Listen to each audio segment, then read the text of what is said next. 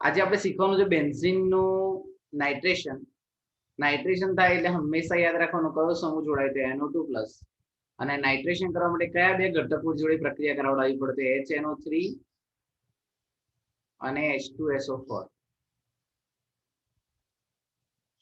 HNO3 માં બે ion અલગ પાડવાના, એક OH- અને વત્તા NO2+. આની અંદર પણ બે આયન અલગ પાડવાના, H+ વત્તા HSO4-. જ્યારે પ્રક્રિયા કરાવડાવો ત્યારે અહીંયાથી OH- અને અહીંયાથી H+, દૂર શું થાય તો H2O. બીજી વસ્તુ, એક ઘટક છૂટો પડે NO2+ અને બીજો ઘટક છે HSO4-, જેનું આપણે કોઈ કામ નથી. આ NO2+ છે ને એને કહેવાય ઇલેક્ટ્રોન અનુરાગી પ્રક્રિયક.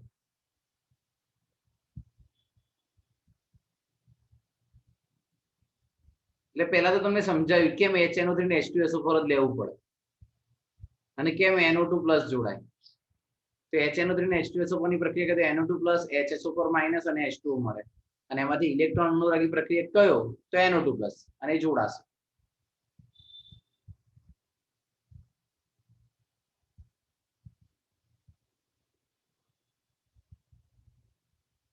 શું કહેવાય બાળકોને? બેન્ઝીન.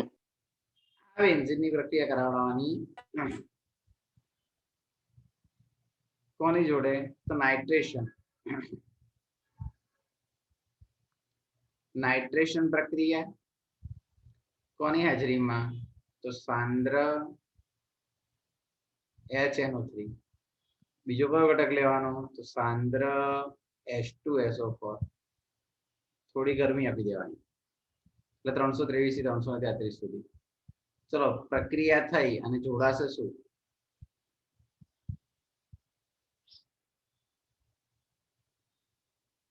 તો કોઈ પણ સ્થાને જોડું કહેવાય તો એને NO2 જ ને, અને વત્તા દૂર શું થાય H2O. તો આને કહેવાશે નાઇટ્રોબેન્ઝીન.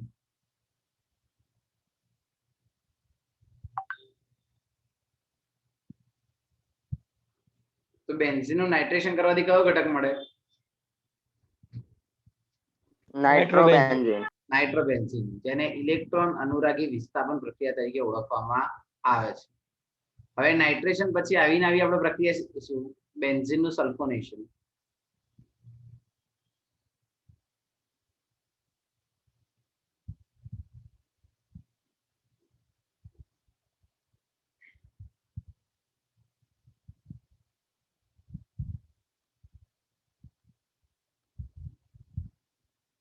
બેન્ઝીનના સલ્ફોનેશનની અંદર શું થશે?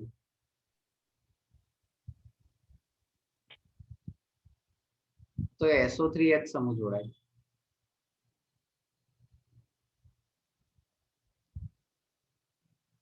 કયા બે ઘટક લેવાના તો H2SO4 અને વત્તા બીજો ઘટક પણ લઈ લેવાનો H2SO4 જ. પણ બંનેમાંથી આયન છૂટા જુદા જુદા પડે. અહીંયા છૂટો પડશે H+ અને HSO4-. અહીંયા છૂટો પડશે OH- અને SO3H+.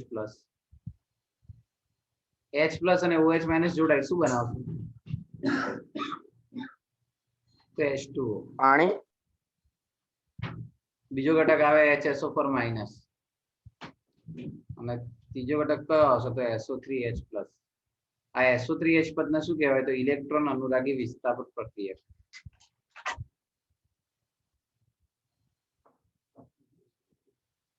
અને હંમેશા યાદ રાખવાનું ઇલેક્ટ્રોન અનુરાગી પ્રક્રિયકને લુઈસ એસિડ કહેવાય. ઇલેક્ટ્રોન અનુરાગી પ્રક્રિયકને શું કહેવાશે લુઈસ એસિડ.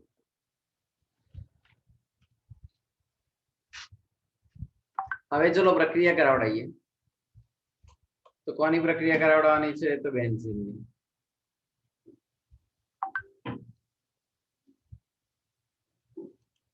ચલો બેન્ઝીનની કઈ પ્રક્રિયા કરાવડાવવાની છે તો સલ્ફોનેશન. સલ્ફોનેશન કોની હાજરીમાં થાય સાંદ્ર H2SO4 અને વત્તા SO3. ચલો સાંદ્ર H2SO પર વત્તા SO3 ની પ્રક્રિયા કરાવડાવીએ. 353 કેલ્વિન તાપમાને પ્રક્રિયા થઈને બેન્ઝીન પર જોડાશે શું? તો SO3H. એટલે હંમેશા યાદ રાખવાનું બેન્ઝીન નું સલ્ફોનેશન કરાવડાવો ત્યારે શું બને? તો બેન્ઝીન સલ્ફોનિક એસિડ. બેન્ઝીન નું સલ્ફોનેશન કરવાથી શું બનશે? બેન્ઝીન સલ્ફોનિક એસિડ H2O દૂર થાય. શોર્ટમાં એને કેવું હોય તો બેન્ઝીન સલ્ફોનિક એસિડ BSA. તો આ રીતે બેન્ઝીન નું સલ્ફોનેશન સમજાવી શકાય. ક્લિયર બેટા? આમાં ખ્યાલ આવ્યો કે ના આવ્યો?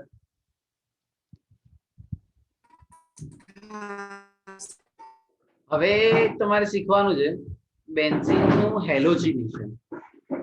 ચલો નાઇટ્રેશન કરાવડાવ્યું તો NO2 જોડાયું, સલ્ફોનેશન કરાવડાવ્યું તો SO3H જોડાયું. હવે હેલોજિનેશન કરાવડાવીએ શું જોડાય? હેલોજન સમૂહ. હેલોજન સમૂહ X+. તો આપણે શીખીએ બેન્ઝીન નું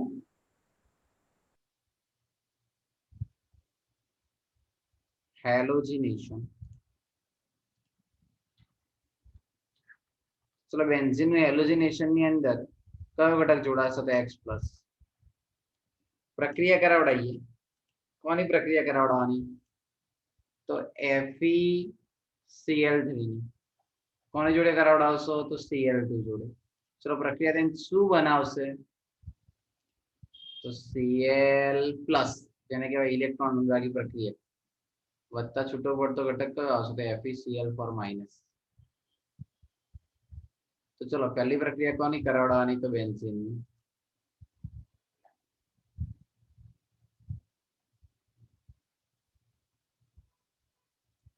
કઈ પ્રક્રિયા કરાવડાવીશું? તો ક્લોરિનેશન.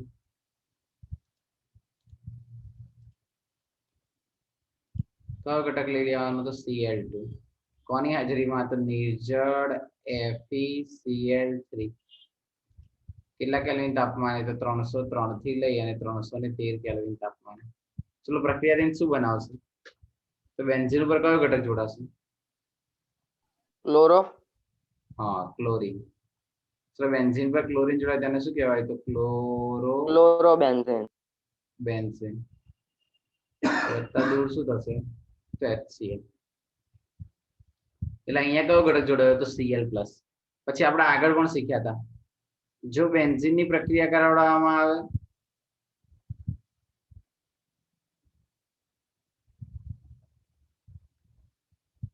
Cl2 સાથે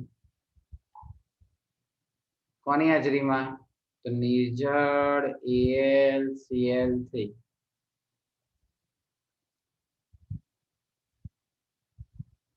શું દૂર થાય? તો 6HCl. આમ બધી જગ્યાએ એક એક ક્લોરીન જોડી જશે. 1 2 3 4 5 અને 6. આને કહેવાય હેક્સાક્લોરોબેન્ઝીન. હેક્સાક્લોરોબેન્ઝીન. ક્યારે? જ્યારે નિર્જળ Cl3 ની હાજરીમાં 6Cl2 જોડે પ્રક્રિયા કરે 6HCl દૂર થાય ને મળે કયો ઘટક? તો હેક્સાક્લોરોબેન્ઝીન. તો આ રીતે તમે પ્રક્રિયા દર્શાવી શકો. ચલો બ્રોમિનેશન કરાવડાવીએ તો શું જોડાય? બ્રોમોબેન્ઝીન. બ્રોમોબેન્ઝીન જોડાશે. હવે આપણે શીખવાનું છે ફિડલ ક્રાફ્ટ આલ્કાઇલેશન. તો ફિડલ અને ક્રાફ્ટ નામના વૈજ્ઞાનિક હતા. એમણે આ પ્રક્રિયા શોધી હતી માટે એને ફિડલ ક્રાફ્ટ આલ્કાઇલેશન પ્રક્રિયા તરીકે ઓળખવામાં આવે છે.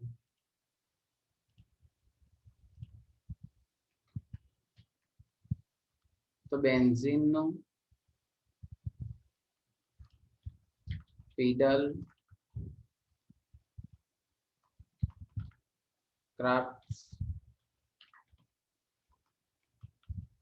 આલ્કાઇલેશન.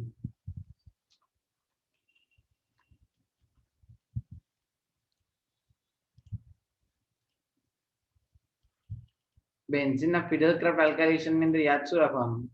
તો ઈસવીસન 1877 માં પ્રક્રિયા કરાવડાવવાની. કોને કરાવડાવી? તો ફિડલ અને ક્રાફ્ટને. માટે એને કહેવાય ફિડલ ક્રાફ્ટ આલ્કાઇલેશન. CH3Cl ની પ્રક્રિયા નિર્જળ AlCl3 ની હાજરીમાં પ્રક્રિયાથી શું બનશે? તો CH3 પ્લસ વત્તા AlCl4 માઇનસ. એટલે અહીંયાથી એક Cl હતો અહીંયા જોડાઈ જાય તો AlCl4 માઇનસ. અને આ જે મળ્યો એને કહેવાય ઇલેક્ટ્રોન અનુરાગી પ્રક્રિયા. હંમેશા આલ્કાઇલેશન થાય ત્યારે આવું થશે. ચલો પ્રક્રિયા કોની કરાવડાવીશું? તો બેન્ઝીનની. કઈ પ્રક્રિયા કરાવડાવવાની? તો ફિડલ ક્રાફ્ટ આલ્કાઇલેશન.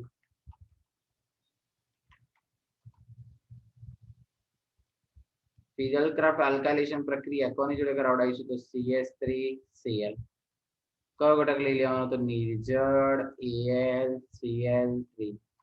ચલો પ્રક્રિયા તેને શું બનાવશે?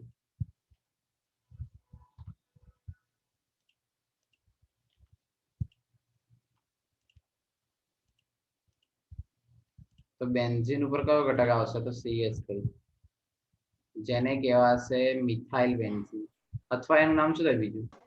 ટોલ્યુએન. તો મિથાઇલ બેન્ઝીન અથવા એને કહેવાય ટોલ્યુએન. અને HCl શું થઈ જાય? દૂર. હવે કોઈ કે મારે એની અંદર 2 કાર્બન જોડવા છે, તો પ્રક્રિયા એની એ જ, માત્ર CH3Cl ની જગ્યાએ શું લઈ લેવાનું?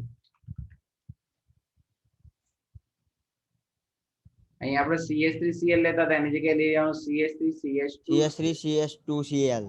નિર્જળ AlCl3 ની હાજરીમાં. કઈ પ્રક્રિયા? તો ફિડલ ક્રાફ્ટ આલ્કાઇલેશન. ચલો ફિડલ ક્રાફ્ટ આલ્કાઇલેશન થાય તો મળશે શું? Ethyl benzene. Ethyl benzene. Ethyl benzene.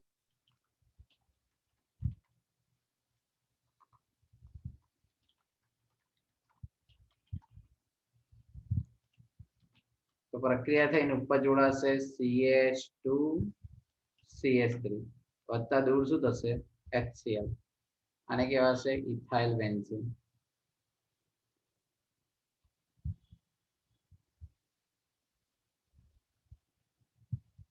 તો ચલો ફરીથી એકવાર નાઇટ્રેશન થાય તો કયો સમૂહ જોડાય? NO2 plus. NO2. એટલે બેન્ઝીન માંથી શું બને? નાઇટ્રોબેન્ઝીન. નાઇટ્રોબેન્ઝીન. ચલો સલ્ફોનેશન થાય તો SO3 plus. SO3 plus. SO3H plus. અને બને શું? Benzene sulphonic acid. Very good. પછી હેલોજિનેશન થાય તો X પ્લસ. હા, બેન્ઝીન માંથી ક્લોરિનેશન કરાવડાવો તો શું મળે? ક્લોરોબેન્ઝીન. ક્લોરોબેન્ઝીન. પછી ફિડલ ક્રાફ્ટ આલ્કાઇલેશન થાય તો કયો સમૂહ જોડાય? CH3. CH3. બેન્ઝીન માંથી શું મળે? Toluene. Methyl benzene. Toluene. Methyl benzene. હા, અને તો ઇથાઇલ બેન્ઝીન. તો શું કરવાનું? CH3CH2Cl એક CH2 ઉમેરી 2 દેવાના. કાર્બન ઉમેરવાના. Very good. હવે જો હવે શીખીએ આપણે એસાઇલેશન. તો એસાઇલેશન ની અંદર જેમ પેલામાં CH3 સમૂહ જોડાતો તો અહીંયા COCH3 સમૂહ જોડાશે.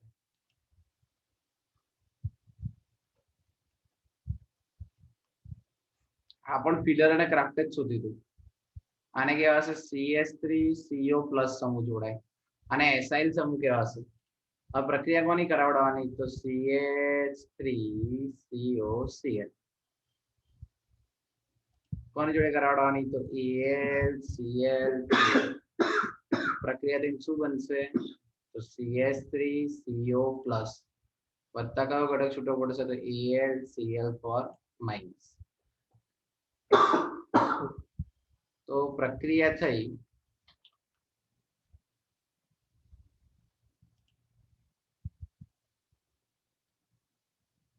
કોની પ્રક્રિયા કરાવડાવવાની?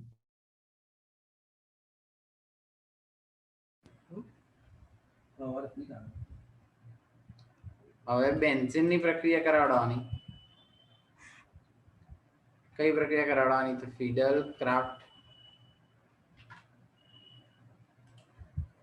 એસાઇલેશન. ચલો કયો ઘટક લઈ લેવાનો? તો CH3COCl. કોની હાજરીમાં? તો નિર્જળ AlCl3. ચલો પ્રક્રિયાથી શું બનાવશે?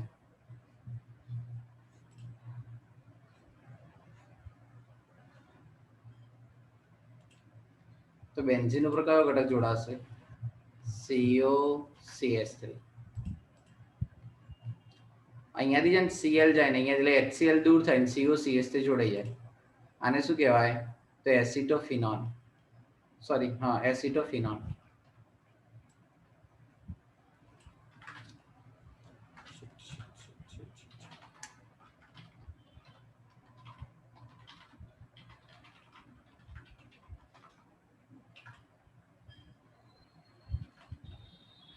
તો એસિટોફિનોલ મળે. હવે જો આની આ પ્રક્રિયાની અંદર બીજી વસ્તુ તમને એવી સમજાવે છે કે જો પ્રક્રિયા દરમિયાન નિપજની જ મળશે, માત્ર ફેરફાર શામાં થશે? તો લીધેલો ઘટક CH3COCl ની જગ્યાએ CH3CO twice O લઈએ. આને શું કહેવાય? યાદ છે? CH3CO twice O ને શું કહેવાય? યાદ કરો, આપણે એક સમૂહ શીખ્યા હતા જે તમારા ચોપડીમાં નતો આપ્યો. એનહાઇડ્રાઇડ કહેતા હતા બેટા.